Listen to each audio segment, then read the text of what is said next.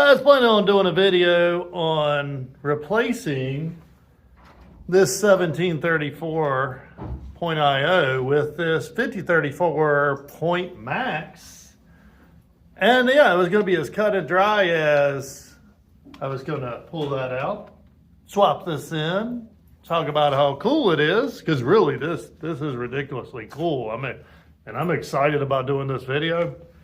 But then I got thinking about it. Well, if I just swap that out, what happens when somebody has a question about the 1734 versus the 5034? And so, no, even at our training center, I probably don't want to swap this out. I probably need this beside of it, which means, yeah, I'm going to need to get my trainer stretcher out. I need to make this way wider than it is right now.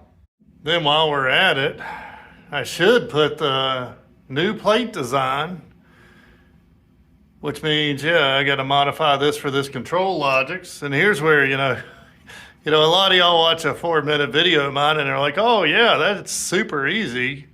I hope y'all realize, yeah, this 5034 video, it's gonna be a 4-minute video. It's gonna take me 2 days just to get the trainer prep. But I think it's gonna be really cool because, you know, looking at it, we've always been kind of constrained here. And this is one of our trainers that actually, this and the other one, actually, well, here we go. While I'm at it, I guess I need to do that one. That's its twin over there. I need to do that one as well because, yeah, realistically, this and that one are probably the two valuable trainers as far as migrating from older equipment to newer equipment. Because, yeah, I mean, we kind of work from the bottom up, but, you know, you got something in RS Logix 500. How do we convert it to either Connected Components Workbench, or how do we convert it over to Studio 5000? Now this has device net, it has control net, and it has Ethernet because, yeah, we've got to do all that. And yeah, this probably does need to be wider. So I probably should take the components off of this, but that seems like a whole lot of work. So I cut a piece of aluminum extrusion that'll pretty much double the width of this. And yeah, I'm gonna try to leave all this stuff on it and see if I can widen it out. I'll at least turn the power off. And my hope is that one leg will kind of hold all this stuff up. Whoops, that one dropped on out, so I guess that one works. Gotta go pop this off. Oh, go get a screwdriver, Tim. Yeah, you gotta do it the hard way a couple times, then eventually, yeah. Whoa, that was just way too easy. Go ahead and pop all those off down through here. And then, let's see if we can take these off and hopefully they just stay right where they're at. Yeah, it looks like one leg's gonna hold this thing up. So now on the back side of this trainer, really, I think if I just take these two bars out, I think I can move this whole thing out. Yeah, then I should be able to just, hopefully, slide that out.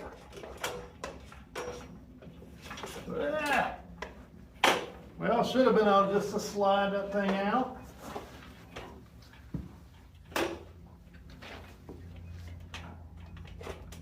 Oh, well, of course I tie wrap the wires to it just to make it real difficult. Oh yeah, that ain't gonna work. Oh, yeah, that's why we record stuff. Yeah. I think I'm about to break down and ask for help. All right, well, let's see if it works a little better now. This time, if we slide it out, look at there. Oh, let's put weight on it.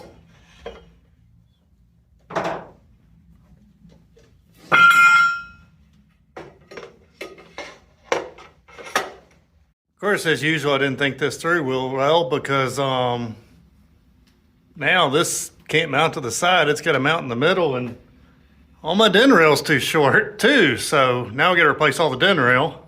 Yep, this is why I end up 2 days for a 4-minute video. Because yeah, now I'm realizing we actually have stuff bolted in between of them because we have wires on the back of it.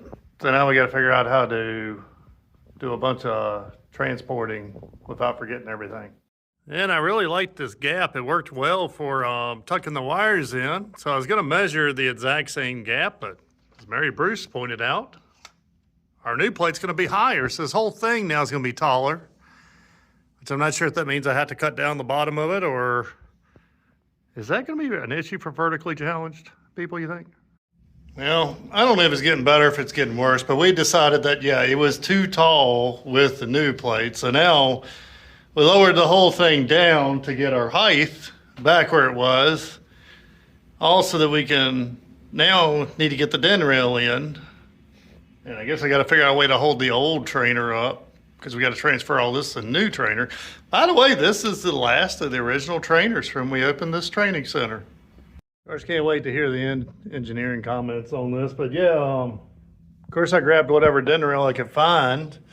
And before we were using this nice thick den rail right here. And now we're using this flimsy den rail. So now it's all wobbly. So now I got to put a cross member in the middle of it. And of course, like every project, it ballooned into something crazy, because then we're thinking, well, if you're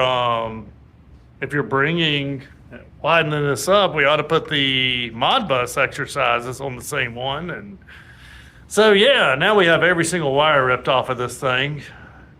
Yeah, I gotta think of when the next class is.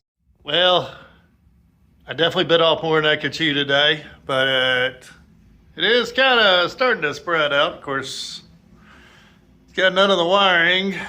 We got plenty of parts over here. I got to go back on it because, yeah, got to wait for my I didn't have any plates that weren't stick. They didn't have legs on them, so I had to wait for it to finish curing. Of course, you know, there's some new opportunities.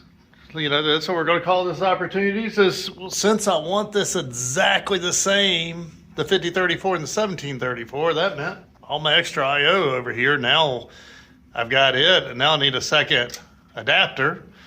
So we'll have some cool exercises to figure out which one's which and all types of fun stuff. But yeah, I'm beat. Y'all have a great weekend.